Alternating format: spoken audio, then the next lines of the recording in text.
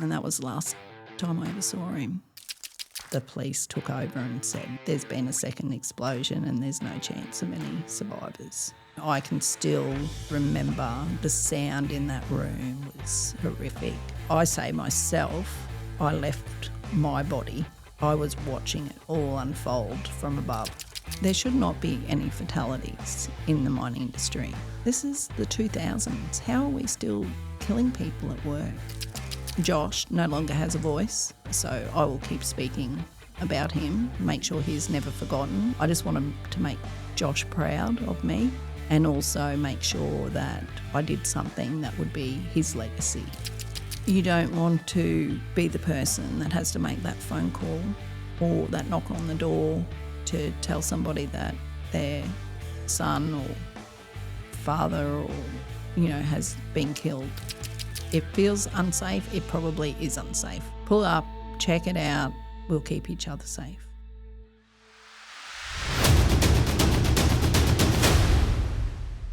Welcome back to another episode on the Gold Room podcast. This is going to be an emotional episode.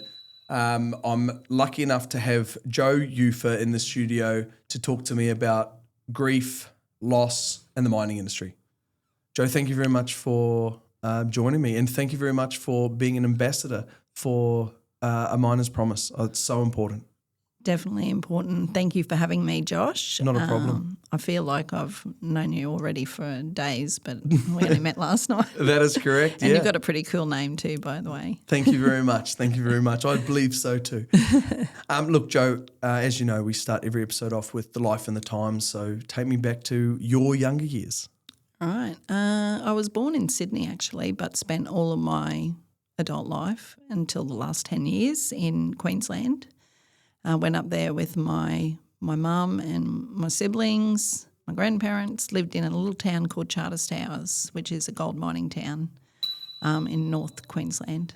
And, basically lived there all my life until I married and had kids, and then we moved to the Bowen Basin, which is a coal mining town in the early 2000s. So...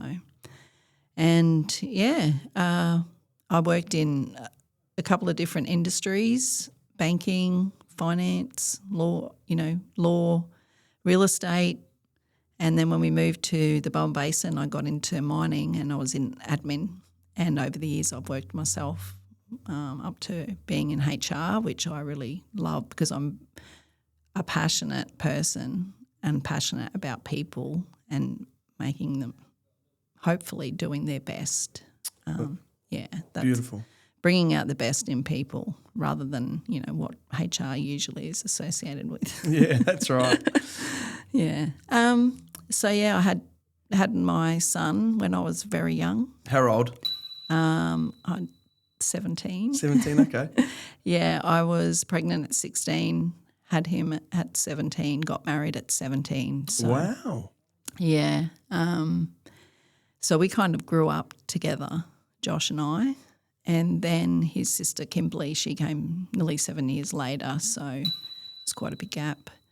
The joys of my life, both of them made me very proud mum, both very successful in their chosen fields. Josh went off to work with his dad in the drilling industry. And so your ex-husband? Yeah, ex-husband. Carl. He's worked in drilling exploration and for many, many years, decades. Yeah. And Josh just really wanted to follow in his father's footsteps. Yeah, pretty much. He didn't straight away. He did not like school. So we came to a pact that if he got himself a job, which in my terms meant an apprenticeship or something like that, he could leave school. And he came home one day and he's like, oh, I've got myself a job. And I'm like, oh, wow. He said, oh, yeah, I can't wait. I said, oh, what sort of job is it? And he said, oh, I'm making dough at Eagle Boys. And I'm like, that's not really an apprenticeship. I said, that's not leaving school job. And he goes, oh, yeah, I've already handed my textbooks in. Oh, no. How long did he last at Eagle Boys? They used to do some bloody good pizzas. I don't think they're about anymore, right? I don't know. I haven't seen a store for a while, but yeah. He loved that job and very quickly, worked his way up. Everyone loved him. He did the deliveries back in the day before Ubers and everything.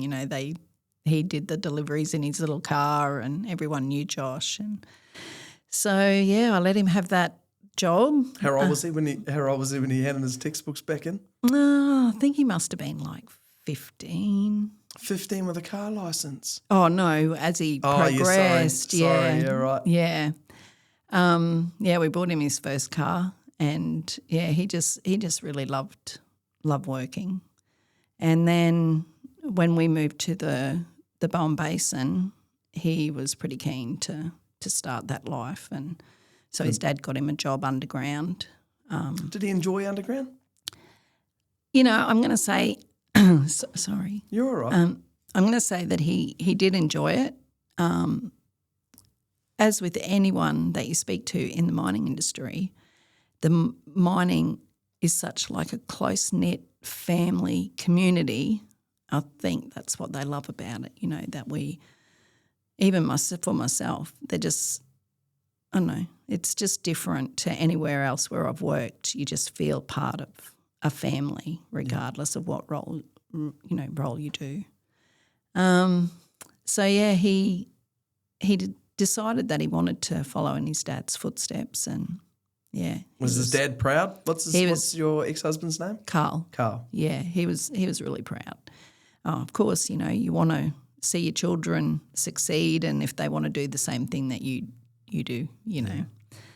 So, he started that in early 2000s, mid-2000s. And, he worked his way up in that as well. He really did love it being back with the family because we'd moved down there and he was still back in Charters Towers for a couple of years. Yeah. He was really excited to spend more time with his sister and stopped us having to travel backwards and forwards to see him. And, I guess we just spent that time in Middlemount, which is a very little tiny mining community. His sister did most of her schooling there, finished grade 12 and, she actually finished and graduated on the 19th of November 2009. Wow. Yeah. So that was probably one of the last big family events that we had. There were a couple in 2010 that we were all together for. And, hindsight, you just go, those things were meant to be. Yeah. Yeah. Joe, before the 19th of November 2010, leading up to Josh departing from Australia and heading to New Zealand, how long was he working in New Zealand for? Oh, only 6 months. So, and what spurred that on? Well, he'd been working for a couple of years and he'd been in a relationship and that had, ended early 2010 and the company he worked for, they had, overseas work and that was one place that they were looking for workers and he was keen. He's like, I want an adventure. I want to go and work in another country. And anyway, so it's quite a very close expat role. Some people go to Africa. I think mining in New Zealand for an Australian to go and see the beautiful. It is beautiful. It's a beautiful country. It is so beautiful. I mean, to me, bittersweet because I went over there for the first time, or to the South Island, West Coast anyway, and it was that, just after it had all happened. And I'm driving across and I'm just like, how beautiful is this country? And now it, holds those memories, but also, where he last lived and I couldn't imagine him there because I'd never been there while he was live, so. But, yeah, he decided that he wanted to go and he got the call up, left in the May 2010 and he came back For a little holiday? for a little break. His sister turned 18 in July, so he came over for that. And then another one in late August, early September, when he brought this lovely young lady over with him. Kiwi bird? Yeah, Kiwi bird. And he did a whirlwind visit, introducing her to all his family and friends. And on their last night, we dropped him to the airport. Or we actually met for dinner first, an early dinner. And I could just tell he was really nervous. And he's like, "Mum, when are you going to get here? We're waiting at the restaurant." I'm like, yeah, I'm nearly there. We're just around the corner. And, he was sort of all giggly and, I don't know, just a little bit different to the usual Josh. And we sat down and, he was so nervous, and he passed me this brown paper bag and he goes, "This is for you, Mum. But you can open it, but you can't take it out." I'm like, okay, this is really weird. And I looked in and it was a pregnancy stick with a positive result. And, I had always said to him, "Do not make me a young grandmother." Payback. Yeah, he was, and that was part of the reason why he was so nervous too, right? Because he was like, "Oh, Mum's really going to go off," because I was only like 43. How'd you cope? How'd you cope with that moment? I just loved the news. Like, I really, it was just one of those things, like you say things to your kids, but when it happens, it happens. Like, my mum had to deal with it with me, right? Was she good to you? Yeah, she was great. Yeah. Being pregnant at 16 is not, especially back then, still is, I guess, but frowned on. But I had a lot more support structures in place nowadays. My mum, stepdad, very supportive of me and my life choices over time. So Beautiful. So we had a little celebration dinner, and it was actually Father's Day 2010. And that was the last time I ever saw him. Take me back to the 19th of November 2010. Yeah. Funnily enough, I can remember that day. I bet you can. So clearly. Lots of things have come and gone from my memory over time. But that day, it was just like, it was a Friday, or I remember walking out to the car park after work, like laughing, joking with my workmates, like the weekend ahead. It's getting visitors for the weekend, so I was talking about what we were going to do.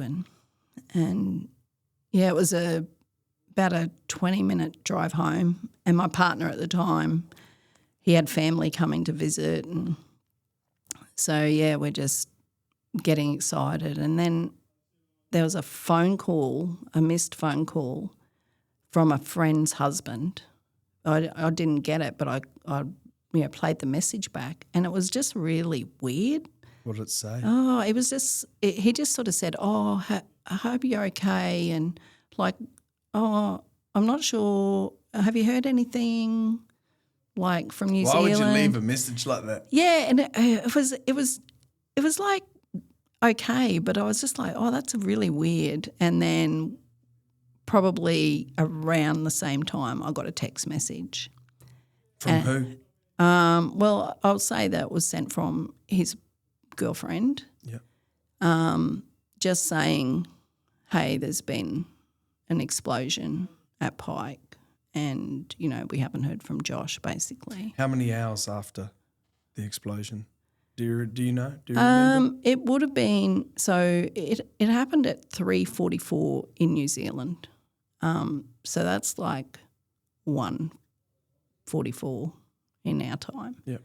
So, it would have been like probably by 5 o'clock I was starting to get messages and phone calls and then obviously Josh's dad, he worked for the same company and he was in China, and so it just sort of like he was ringing and he was just a mess because he kind of knew. I had never worked underground, so I didn't realise the gravity of what was going on. I just knew that I had to get over there.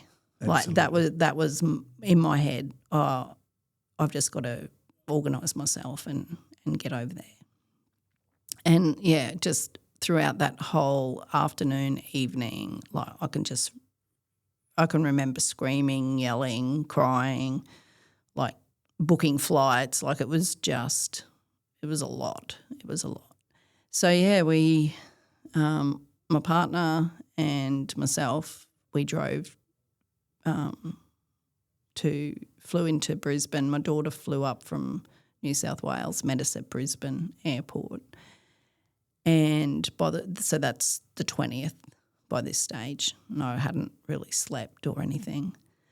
And we got to the airport and I got a phone call saying someone in New Zealand had overheard Josh's name on the street.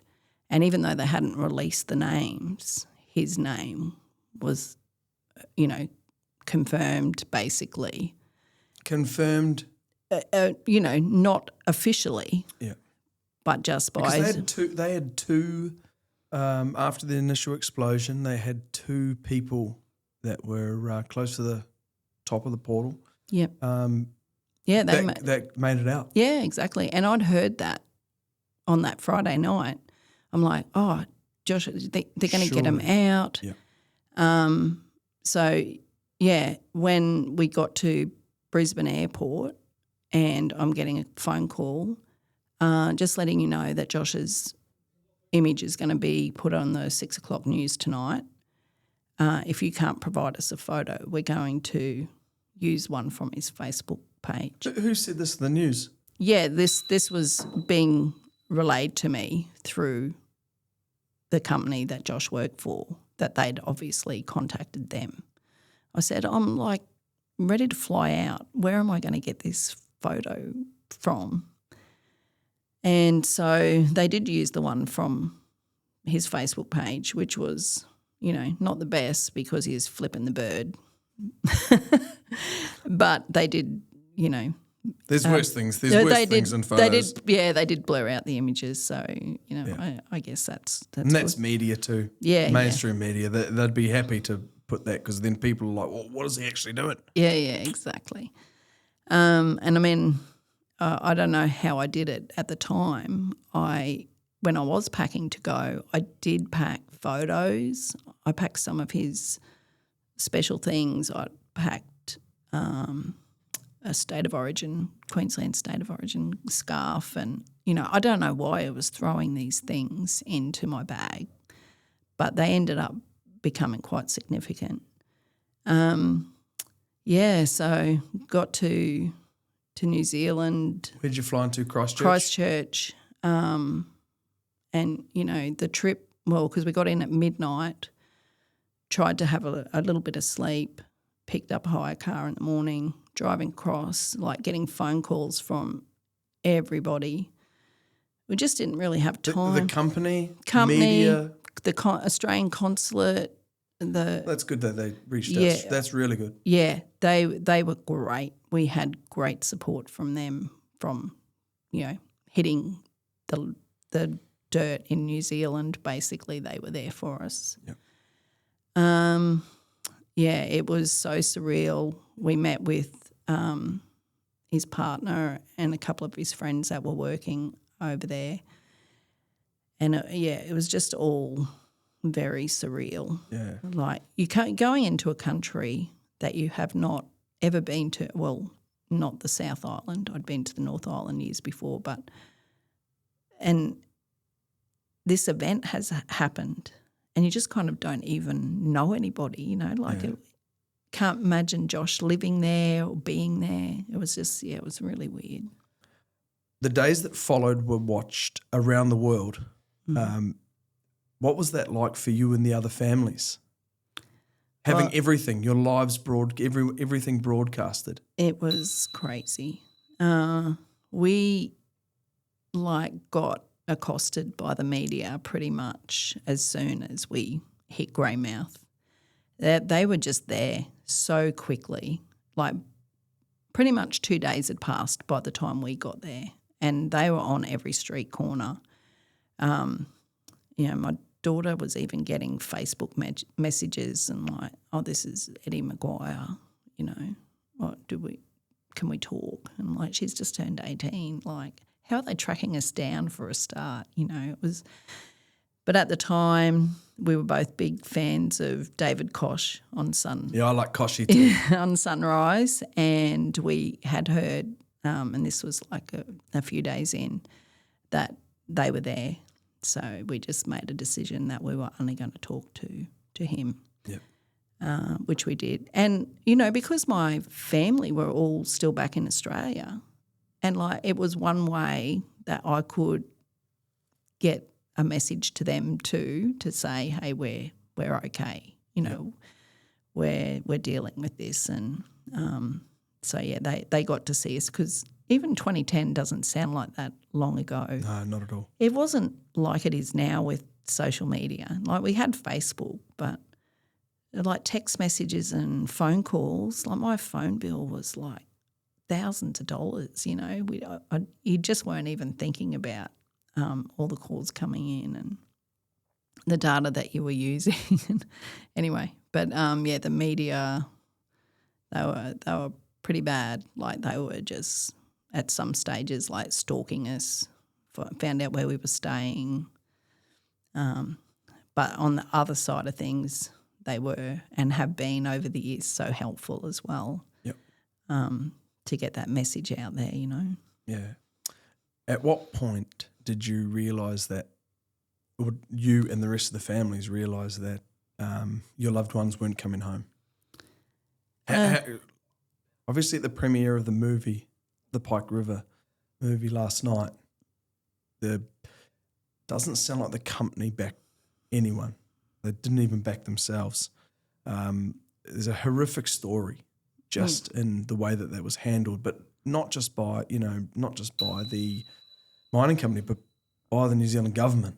Yeah. I always liked John Key. Yeah.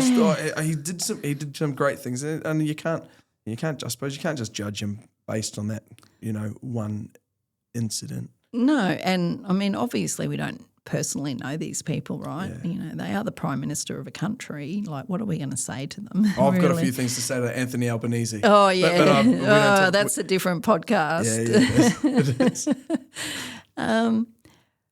That day, 5 days later, because we were all given a phone, which was just for text messages about what was going on. Okay. And at the time we were having morning meetings and afternoon meetings. So we would go to the hall, have the morning meeting, find out what was going on with regards to the rescue, being told 4 days, oh, yes, there's a fresh air base down there, those that could get there, there's self-rescuers, there's fresh air, there's water, they'll be able to stay there for a couple of days. And again, not being an underground miner, and especially coal, so different to a lot of other underground, metals, did not realise, the gravity of that situation. So we received the text message for the afternoon meeting, make sure you come to this meeting. And we knew that with Mines Rescue and, everyone was monitoring around the clock, that they were just waiting to go in. So we thought, oh, this is going to happen. And we got to the hall and, I don't know, it was just weird. There were just more police and more medics and ambulances parked out the front, and it was just all really weird. And there was hundreds and hundreds of people in that room. Like in the movie, they depict it like there's about 50, but in reality there was hundreds of family members in the room and then everyone else. And, Peter Whittle started talking about how, we're just waiting for the levels to get right. Mines Rescue were sort of getting ready to go in, and like why he led with that, I still don't know. And then, basically the police took over and said, I hey, saw that. there's been a second explosion and there's no chance of any survivors. Was it as brutal as it was portrayed in the movie? That day? No, the way that the police officer said there's no survivors. Pretty much. Is that Pretty the way? much. I I think because he just needed to cut what Whittle was saying and just be very blunt, and I can still remember that, like, the sound in that room was horrific. Yeah. I say myself, I left my body. Yeah. I was watching it all unfold from above. Like, it was the weirdest feeling. And I often say, I don't think I've ever really come back as that person, Again, I'm hopefully better. But, all my attention went then to my daughter, Josh's pregnant partner, like, hey, we had to take her to the hospital to get checked out. It was just like people falling, wailing. Oh, it's just, it was horrific. How did Kimberly cope with it in that moment? I don't know. She coped with it in her own way, I guess, in that her number one priority at the time was Rachel and the baby. Yep. So that's what she honed all her thought into. And, young, I'm going to move to New Zealand. I've got to, if Josh isn't going to be around, I've got to help raise this baby. And I just let them go through all that. But That would have been she wanted to get in. She wanted to, like, get her own party together, and how can we get into that mine? Like, they're not going to get in, we'll do it, Yeah. There would have been a lot of people wanting to do the same thing. Yeah. I was actually speaking to a guy last night who, Barry Upton, who was actually asked by, he was part of a group that was looking at doing a re-entry, and there was questions being asked to him, and he was telling me about it last night. He said, right. Yeah, so there were people from all over the world being asked, Yeah. what do we do? How do we get these guys out? Yeah, that's true. Over the years, back in those initial stages, there was mine rescue from Australia, New Zealand, but they were also experts. Like, they sent robots in to see if they could find out what was going on in there. And you saw some of that footage, didn't you? yeah, I saw some of the footage, the early footage. A couple of years in, it was like very, as you would know, being in media, 15 years ago, very grainy, hard to really pick up. But they did actually find what seemed to be a body. And then that blew all the theories out of the water, because we were told, hey, this mine's blown up, it's been on fire, there'll be no bodies left to recover anyway. Basically, they'll all be dust. Yep. And that wasn't true. So many things. Did you feel that you were lied to? Oh, all along the way. Really? There were just so many untruths. And I think if they had been... From the police or from the mining company or from... From just everyone. Really? Everyone really had some hand in telling us, lies. Like, it came out in the Royal Commission that fresh air base we were all being told about had been decommissioned. Like, how the hell do you have an underground mine with a decommissioned fresh air base that even the employees did not realise? Like, Daniel, one of the survivors, went there and there was nothing there. Like, and, from the government down, really, there were just so many lies. Yeah. Jo, what do you wish more people in the mining industry knew about the effects on a family and on a town and on a community about a workplace fatality? Certainly of that magnitude. Yeah. You wouldn't want anyone to have to deal with it. Like, there should not be any fatalities in the mining industry. I always thought 2010, like, this is the 2000s. How are we still killing people at work in an industry that is so regulated? Obviously, in New Zealand, it was a bit different at the time. The union presence wasn't so great. There weren't really the regulators or enough regulators to check all the mines and quarries and, construction bridges, whatever. They did the whole lot. I just think that impact on that community over there, like mines were shut down, then people lost jobs. Pike River actually went into receivership like days after the event, so they were no longer. And living in a community myself, I just know the impact that it had even on them because Josh used to work there. Yeah. So, but you keep on speaking and you just wonder whether people really listen to what you have to say. And like I'm inspired because even today after last night I've had messages from people saying how impacted they were and like listening to my story, and they'll never forget my words, and to me that's my job done, really. Yeah, well, I was moved, and that's the reason that I asked you last night. I said, look, got a little mining podcast. I'd love to be able to sit with you and hear your story firsthand, and ask some questions about, where you're at, now, and the last 15 odd years since Pike River, 16 years since Pike River. Do you believe that your role that the passion that you have for the role that you have now, and speaking so passionately about the disaster and how it affected you, is that something that you feel obliged to do, and out of respect for the industry, out of respect for keeping Josh's memory alive?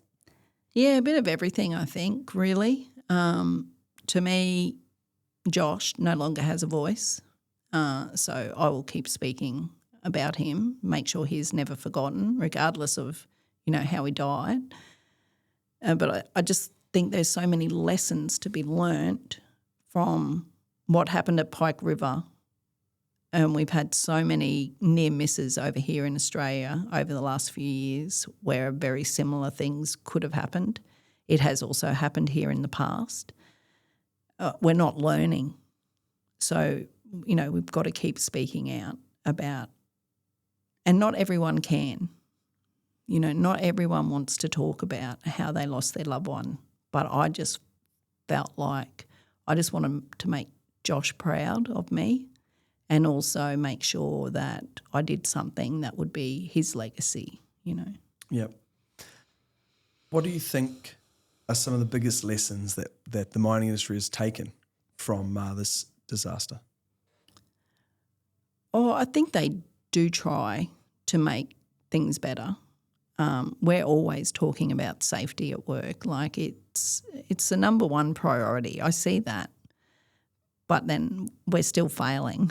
So we've just got to, we don't have to rewrite history. We just need to do things better and be better, and make sure that these lessons that we've been given by Josh, by the other 28 men, by people that have gone before them and after them, we need to keep learning from what they've left behind. Mining companies have the statement, come to work, come home to work and go home safe every day. Yep. Some statement, something like that. It's all a little bit different, but it all says the same thing. We send our workers, when you go to work, you expect to come home. Mm. What do you think about that statement? Oh, I think they genuinely believe it, but I just still think that we could be doing much more to make sure. Because at the end of the day, we're all humans, and, we make mistakes and our minds are on other things, like you go to work and you've had a fight with your partner or your kids are sick or something. So your mind's not always on the job. And in those industries where, it is high risk, especially underground, but even in the open cut, there are risks. There are big machinery. There's lots of chances for interaction, things going wrong. So we just have to look more into that human factor. Yeah. Yeah. So you've become very involved with Miners Promise, haven't you? Yeah. And how were you approached? Well, I was actually introduced to Deb Morrow through Rhoda de Boer, who is the global head of safety for the company I work for. Okay. Him and I go back a long way. We've known each other for like 15 odd years. And he said, I met Deb and like she was talking about doing a Pike River fundraiser and did I know anyone that might be able to speak at it? And he goes, have I got the person for you? And, the rest is history. And then I did chat with Deb over the phone a couple of times and then she's like, if you want to be an ambassador for New South Wales, like we'd love to have you. And yeah, she's a wonderful woman, and and her and the team, the entire Miners Promise team, do such a great job. Yeah, So as I was saying earlier, I believe it's so important to have organisations like a Miners Promise. There's lots of EAPs out there, Lifeline, whoever else. yeah, they're there for the before the accident or the incident or the whatever loss of life. But what about all of the families that are affected after the fact? yeah. And as I say, you have an event, you lose a loved one. It could be months or years or longer, and then all of a sudden you'll go, I really need someone to support me. Who do you turn to? That's the thing. And who do you turn to that will understand? Exactly, yeah, because it's even hard sometimes for family and friends to really understand the impact. And I recently went to their first Standing Together event in Brisbane a couple of months ago, and it was a room full of family members that have been through exactly, not all the same events, but we just got each other because we all had our stories to tell. It was very emotional hearing 15, different family members get up and speak about their loved one. But what a great forum. And I could just tell the love and support for those families. And I'm just like, yeah, I'm in. I want to do this. I remember speaking to Debbie about when she was going to be going to Brisbane, and she said that there's families, because they're a charity, and there were families that lived so far away from where they were holding this event, and they said, look, we can only, offer you $500 towards fuel or flights or something to come along. And she said most of the families turned around and said, look, no, you we're going to come, keep the money. Yeah, yeah. Because that money, there are still people dying in this industry. That's and right. We need to protect them but also protect that charity that's looking after them. Yeah, and we can all do our bit, right? Like Absolutely. You're doing your bit, making people aware. I don't know. I just feel like there's so many platforms that we can use to share what Miners Promise is doing and supporting them. I think it's very important. Well, it's stories, isn't it? Yeah. And people I genuinely believe people want to hear and they want to help. Yeah. And you could see in that room last night, right? Absolutely. Just even the warmth at the end for, my family and the other Pike family that was there. Like, we just felt like everyone really appreciated, that we'd put ourselves out there, the impact and people coming up and like going, oh, wow, didn't even realise that, what went on at Pike River. Like, yeah. You just hear little parts, what the media wants you to hear. So it was really good to see that movie. It's an amazing movie, and we're going to put a link to anywhere that people can to watch that movie. Yeah, well, I think it's obviously been out in Australia since mid-May. We're going to probably go to the streaming services, I'd imagine, next, because it's already on in-flight entertainment on the aeroplanes. In New Zealand? Yeah, I flew over there, in April, and it was on there. Wow. Yeah. Oh, that's good. Yeah. That's good. It tells a very emotional story, and speaking to you, it's truthful. Yeah.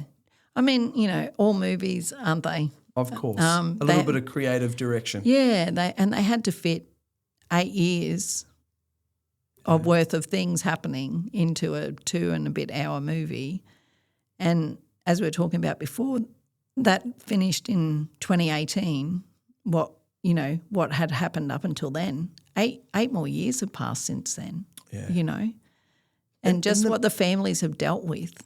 So in the movie, I'm not going to give too much away, but I know that one of the big things was an Allied Concrete said, we're not sealing it.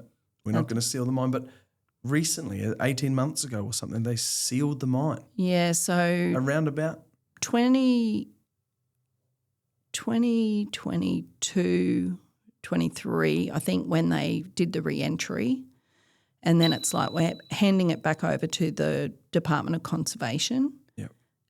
The police had done their forensic investigation parallel to the re-entry.